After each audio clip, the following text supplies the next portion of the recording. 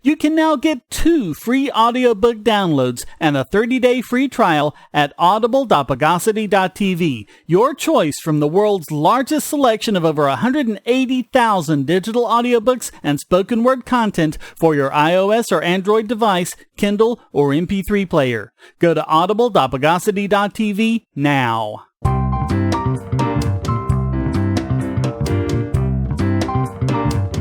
Welcome to the Bogosity podcast for the week of July 15th, 2018, the podcast that holds their folded faces to the floor.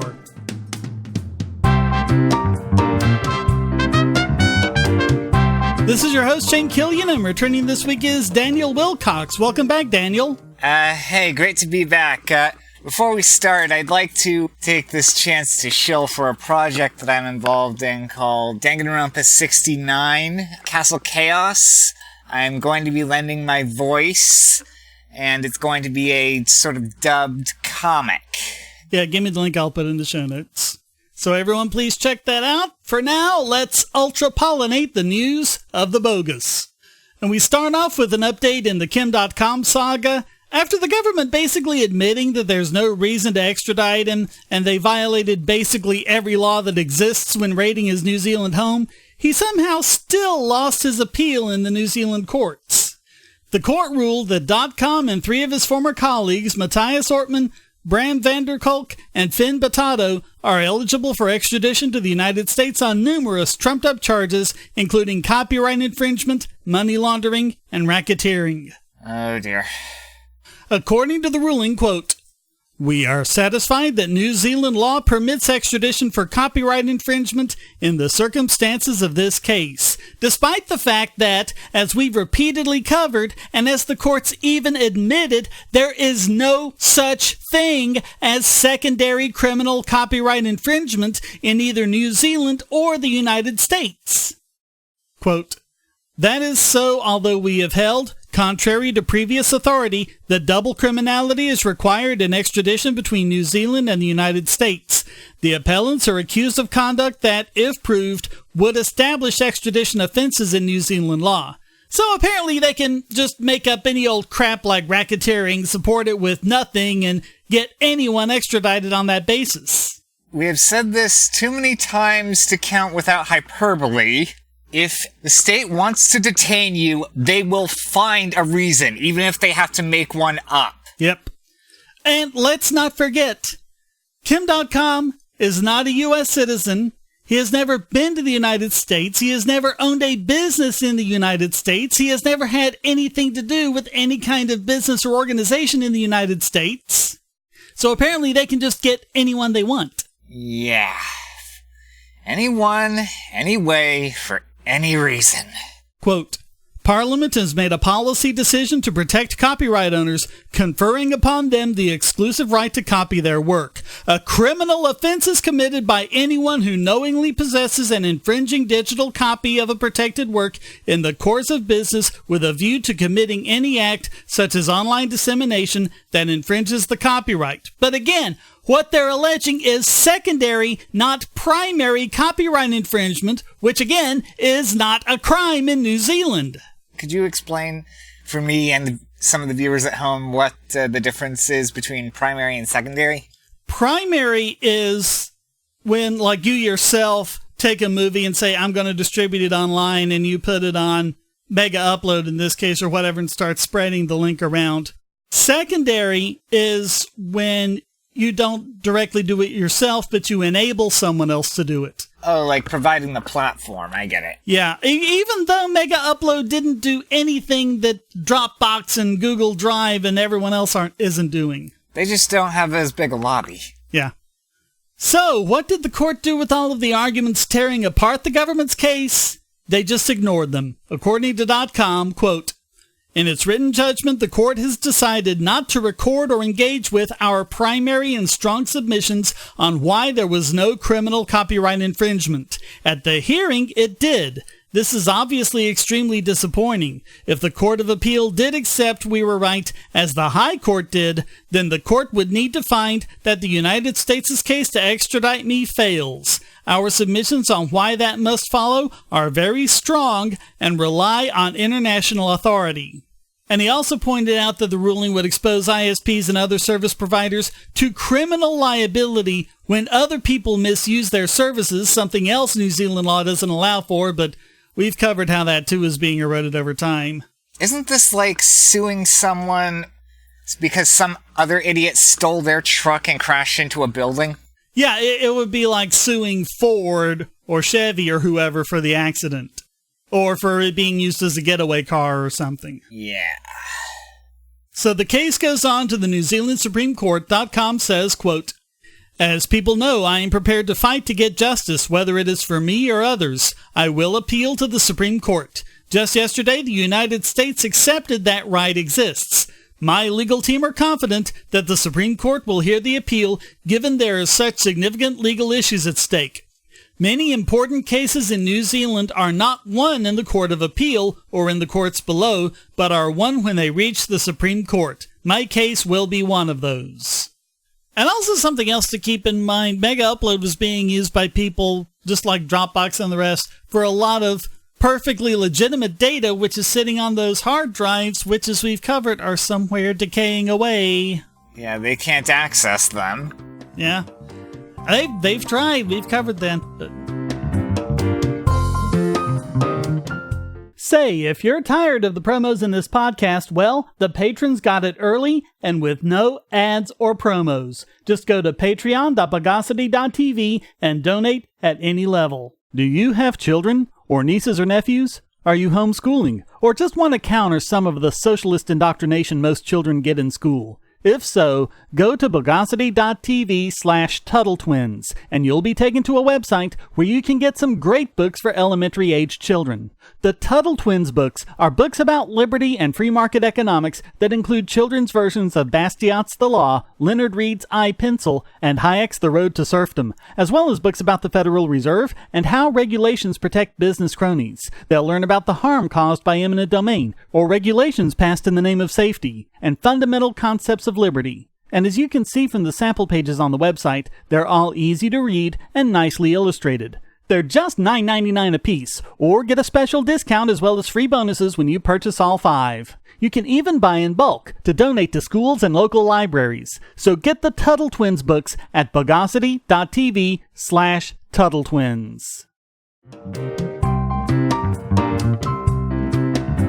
We covered the horrible legislation known as FOSTA SESTA, legislation that is supposed to stop sex trafficking, but really just erodes the very protections we mentioned earlier, whereby service providers cannot be held responsible for the actions of their users. In the United States, that's codified in Section 230 of the 1996 Communications Decency Act. And so we talked about Backpage. It was kind of a Craigslist that a lot of escorts used. The government kept saying, wrongly, that it was a site about human trafficking. In fact, Backpage always cooperated with law enforcement whenever any real abuse was taking place, and we said at the time that shutting down Backpage will make it harder for police to stop human trafficking, and guess what? We were right. Now they're admitting it. Yep. Recently in Indianapolis, an undercover cop, John Daggy, arrested a pimp, and a reporter asked him why there have been so few arrests. In fact, this was the first in 2018, and here's what Daggy said, quote, "We've been a little bit blinded lately because they shut Backpage down. I get the reasoning behind it and the ethics behind it, however, it has blinded us. We used to look at Backpage as a trap for human traffickers and pimps. With Backpage, we would subpoena the ads, and it would tell a lot of the story. Also, with the ads, we would catch our victim at a hotel room, which would give us a crime scene. There's a ton of evidence at a crime scene. Now, since Backpage has gone down, we're getting late reports of them, and we don't have much to go by." Backpage is one of those things that the public notices. It's like, oh, prostitution is icky and it can lead to this, but they just do this as a security theater, out of sight, out of mind. Same with the homelessness problem. Well, and they also try to equate any form of prostitution whatsoever with sex trafficking. Which is, well, yeah. Yeah, so all you Backpage bashers and SESTA FOSTA supporters, what do you have to say about this? What about all those claims of those of us who were against SESTA FOSTA were supporters of child prostitution? Hey, Amy Schumer, why's the cat got your tongue all of a sudden? And where are all the other Hollywood bigwig types who claimed that this was all about stopping sex trafficking and protecting children and not at all about eroding Section 230 protections? Although, of course, as we've covered before, anyone who truly cares about sex workers and sex trafficking should promote the legalization of prostitution. Yeah. No, they never cared about sex trafficking. Remember, this was predicted ahead of time by many people. They threw victims of sex trafficking under the bus for their own political agenda, and that's it. I can't help but think it's insulting to compare politicians to whores. Yeah, because at least whores make an honest living. Exactly.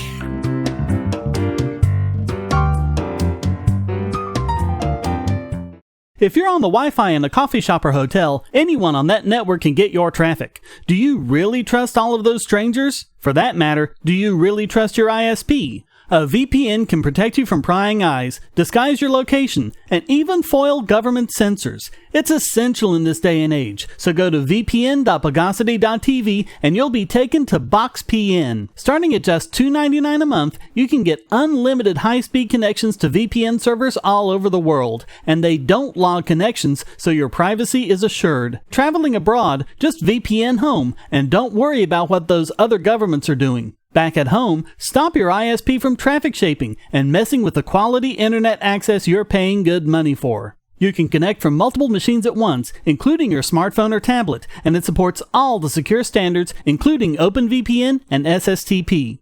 Bypass censors and surveillance with your own secure VPN connection. Go to vpn.bogosity.tv.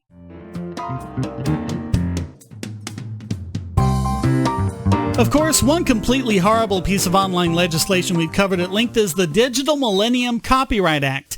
Can there be many YouTubers and other content makers that haven't been victim to it at one time or another? Yeah, I mean, how many times have you been DMCA'd?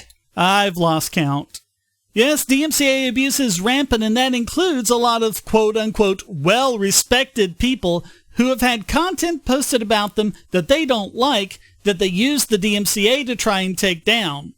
In this particular story, the requests are made of Google to take down links that have no infringing content whatsoever. For example, there's radio talk show host Warren Ballantine, who wanted to have web pages taken down that were nothing more than news reports and even a press release from the DOJ about his conviction for 2 mortgage fraud schemes.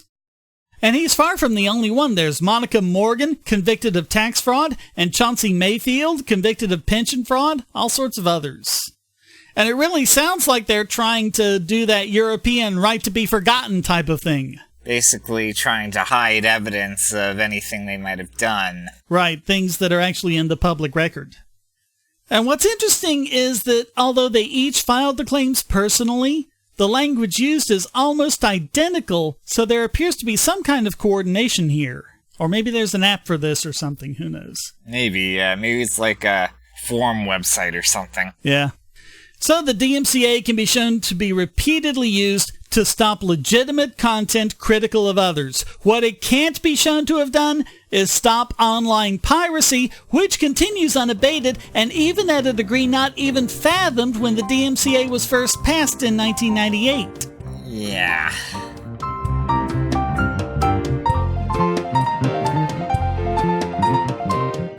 We live in a world where light bulbs connect to the internet, and recent attacks on them prove that your online security is under threat like never before. Not only your websites, but the internet-enabled devices you buy. And the biggest problem is weak passwords. That's why you need LastPass. LastPass allows you to randomly generate strong, unique passwords on the web and on your internet-enabled devices, all protected by one master password.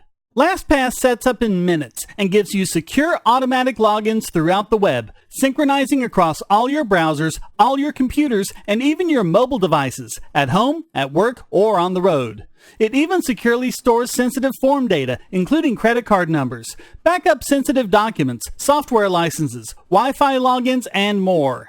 And with LastPass Premium, you can get these benefits on other applications, manage passwords for your entire family, and also get priority customer support. Sign up at password.bogosity.tv for a free month of LastPass Premium. Log in securely everywhere using the last password you'll ever have to remember. Go to password.bogosity.tv and get LastPass now. And now it's time to deflate this week's biggest Bogon emitter. We figured we'd be doing Donald Trump a lot, and here he is in one more edition regarding his comment about our so-called trade deficit with the EU. Actually, I remember one of the earliest videos I ever watched of yours was one explaining exactly how a trade deficit works. Something like trade deficit isn't a bad thing? Oh, it's not, and we'll get into why, but first of all, let's get into what our moron-in-chief tweeted on the 10th of July, quote, "We lose $151 billion on trade with the European Union. Charge us big tariffs and barriers." What he's talking about is data from the U.S. Census Bureau showing that the U.S. imports $434.6 billion in goods from Europe, but only exports $282.3 billion, leaving a so-called trade deficit of $152.3 billion. And on the face of it, this has never made any sense to me. If my neighbor wants to give me $450 worth of stuff and is only asking for $300 worth of stuff in return, isn't that a good deal? Yeah, that seems like... You're ahead $150. It's not a deficit. You don't lose it. Let's let Milton Friedman school him from beyond the grave. In the international trade area, the language is almost always about how we must export. And what's really good is an industry that produces exports. And if we buy from abroad and import, that's bad. But surely that's just upside down as well. What we send abroad, we can't eat, we can't wear, we can't use for our houses. The goods and services we send abroad are goods and services not available to us. On the other hand, the goods and services we import, they provide us with TV sets we can watch, with automobiles we can drive, with all sorts of nice things for us to use. The gain from foreign trade is what we import. What we export is the cost of getting those imports. And the proper objective for a nation, as Adam Smith put it, is to arrange things so we get as large a volume of imports as possible for as small a volume of exports as possible. Of course, not just Daniel, but any other longtime viewer of my YouTube channel will remember from that video what that $151 billion really is. It's net foreign investment. Companies in the U.S. are just that much more attractive to investors than countries in the EU. And that should be a source of pride. I mean, not only do you have Europeans giving us more in goods that they take, but they also give us more in investment money than we give them. I can't think of any way in which this is a bad thing. And once again, every single school of economics agrees that free trade is win-win. Nobody loses when trade is free. Protectionism, as we covered last week, might make short-term gains in certain areas, but it will cause significant damage to the economic conditions of American workers across the board in the long term. So all of that makes us give Donald Trump another biggest Bogon emitter. If you're going to shop online, use our special links to shop at Amazon. Clear your cookies and go to amazon.bogosity.tv, and you won't pay a penny more for your purchase. If you haven't used the mobile app in the last 12 months, or even at all, go to get5.bogosity.tv on your phone or tablet and get $5 off your order of $10 or more. Go to prime.bogosity.tv for a free 30-day trial of Amazon Prime and enjoy thousands of movies and TV episodes, borrowed Kindle books, and get unlimited 2-day shipping for free. And speaking of Kindle, go to kindle.bogosity.tv for a 30-day free trial to Kindle Unlimited. Read over 1 million books and listen to thousands of audiobooks on any device. You can go to music.bogosity.tv and get a free 30-day trial of Amazon Music Unlimited with access to Amazon's entire library of 10 million songs, ad-free and with unlimited skips, and even download to listen offline. All great ways to help this podcast simply by shopping at Amazon.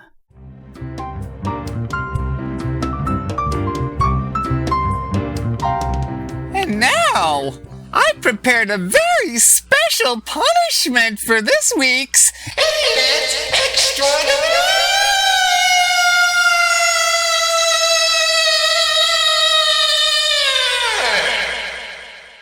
let's give it everything we've got. It's punishment time. And this week it goes to Democratic members of the House Judiciary Committee, where they were attempting to question former FBI counterintelligence chief Peter Strzok on a question of potential bias in his investigation of Trump's supposed but long debunked ties to Russian election hacking. It happened when Trey Gowdy asked the very first question. Between July 31st and August 8th, how many interviews did you conduct related to the alleged collusion between Russia and the Trump campaign? Now, as he says later, he already knows the answer. There were no interviews until August 11th. But very suspiciously, Strzok avoids answering this question. As you know, that counsel of the FBI, based on the special counsel's equities, have directed me not to answer any questions about the ongoing investigation into Russian attempts to interfere. The gentleman will suspend and the clock will suspend. Mr. Strzok, you are under subpoena and are required to answer the question. Are you objecting to the question? If so, please state your objection. Mr. Chairman, I object. That weasel you're hearing now is Democrat Jared Nadler. The gentleman, it does not have standing to object. There is no point of order. No point of order here. The point of order should be heard. Point of order is when a parliamentary rule of the body, in this case a House rule, is being broken. In order to make it, you have to say which rule has been broken, and he never did. Yeah, I mean, if he's alleging that a rule has been broken, he should be able to cite what it is. The gentleman will state his point of order. My point of order is that intentionally or otherwise, this demand puts Mr. Strzok in an impossible position. He is still an employee of the FBI, and FBI counsel has instructed him not to answer the question. If we have a problem with this policy, we should take it up with the FBI, not badger Mr. Strzok. The gentleman's point of order is not well taken. It's right on point. No, it's not. And he tried this several more times when the chair tried to get an answer out of Strzok. And he should not answer the question. The gentleman has not stated a valid point of order. The ruling of the chair in that case. Nonetheless, the chair hasn't made a ruling. This is pure obstructionism, nothing more.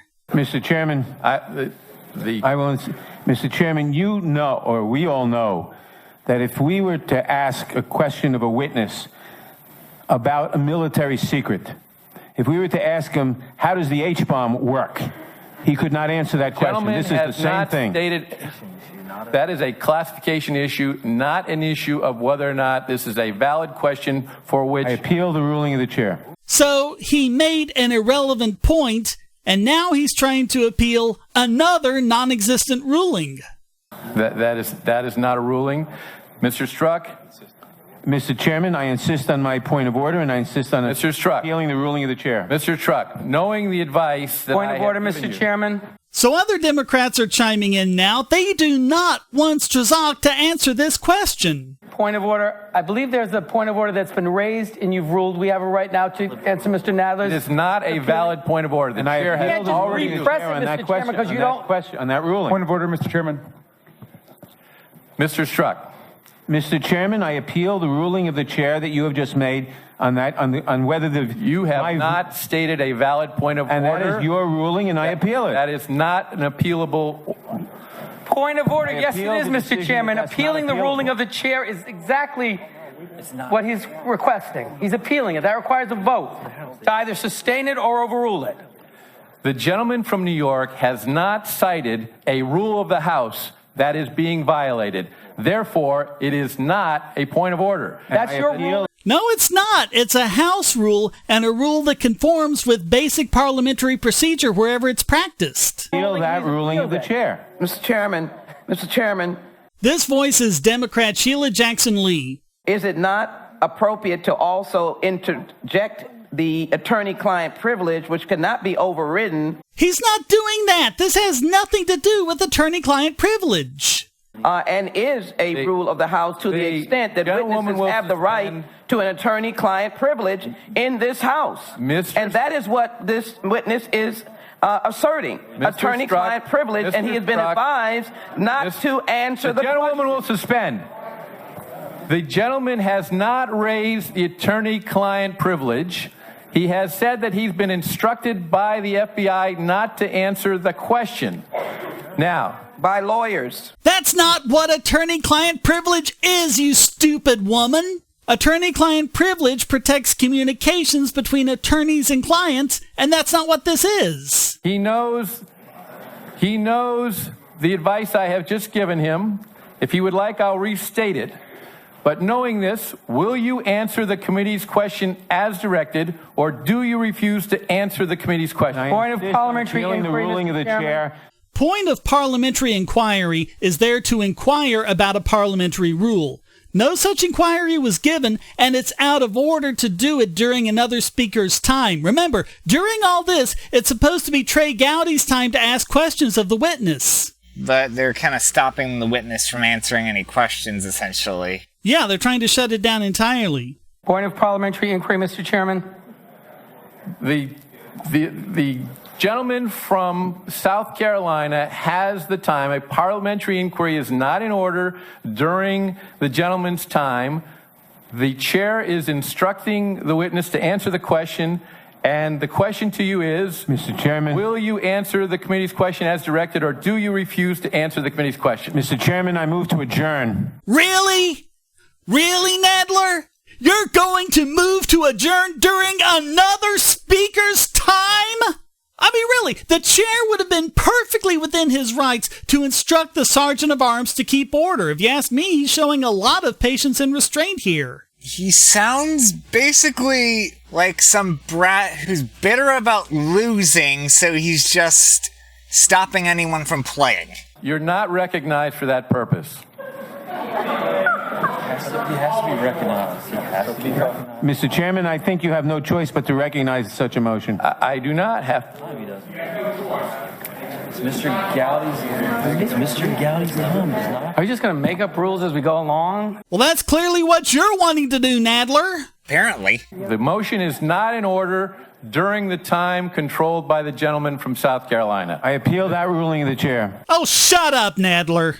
As you know, counsel for the FBI has directed me not to answer questions about the ongoing investigation. As you also know, counsel for the FBI is sitting here behind me. May I consult with them? You may consult with your own counsel. But I may not consult with the FBI's counsel? Only with your own counsel.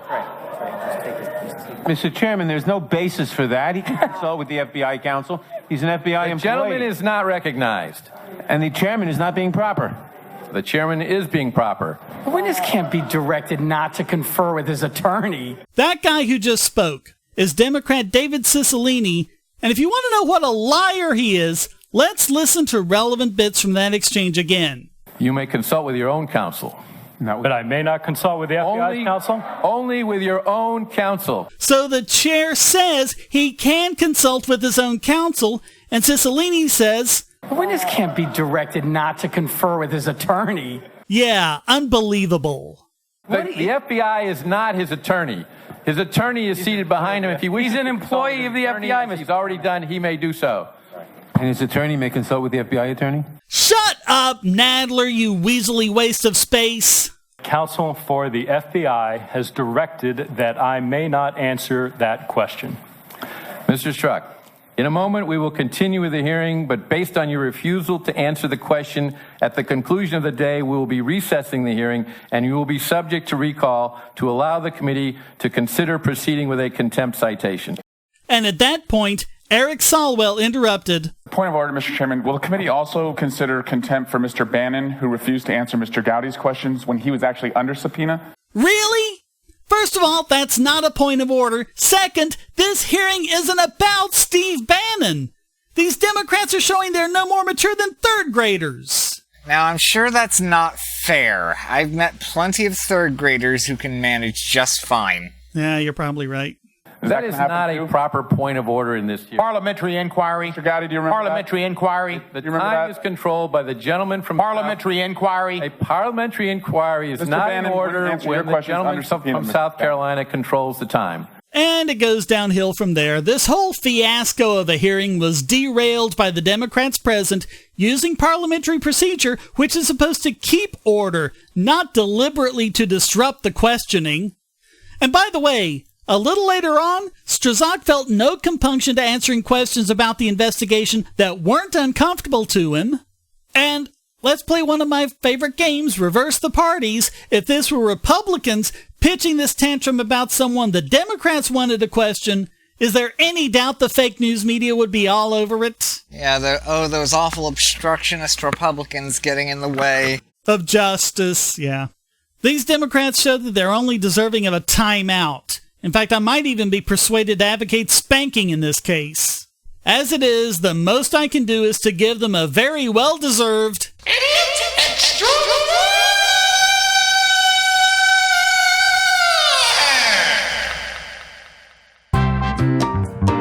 Well, that wraps up this all kinds of mean, nasty, ugly-looking people on the bench there edition of the Bogosity podcast.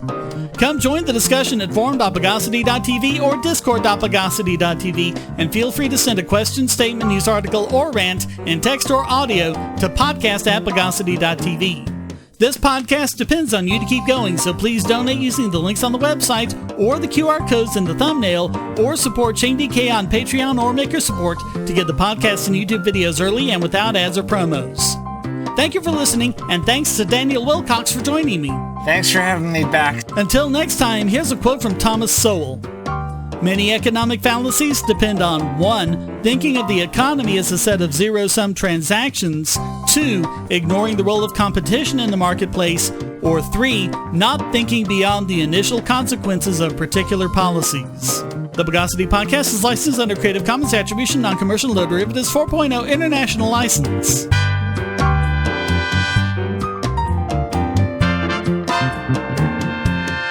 Bogosity.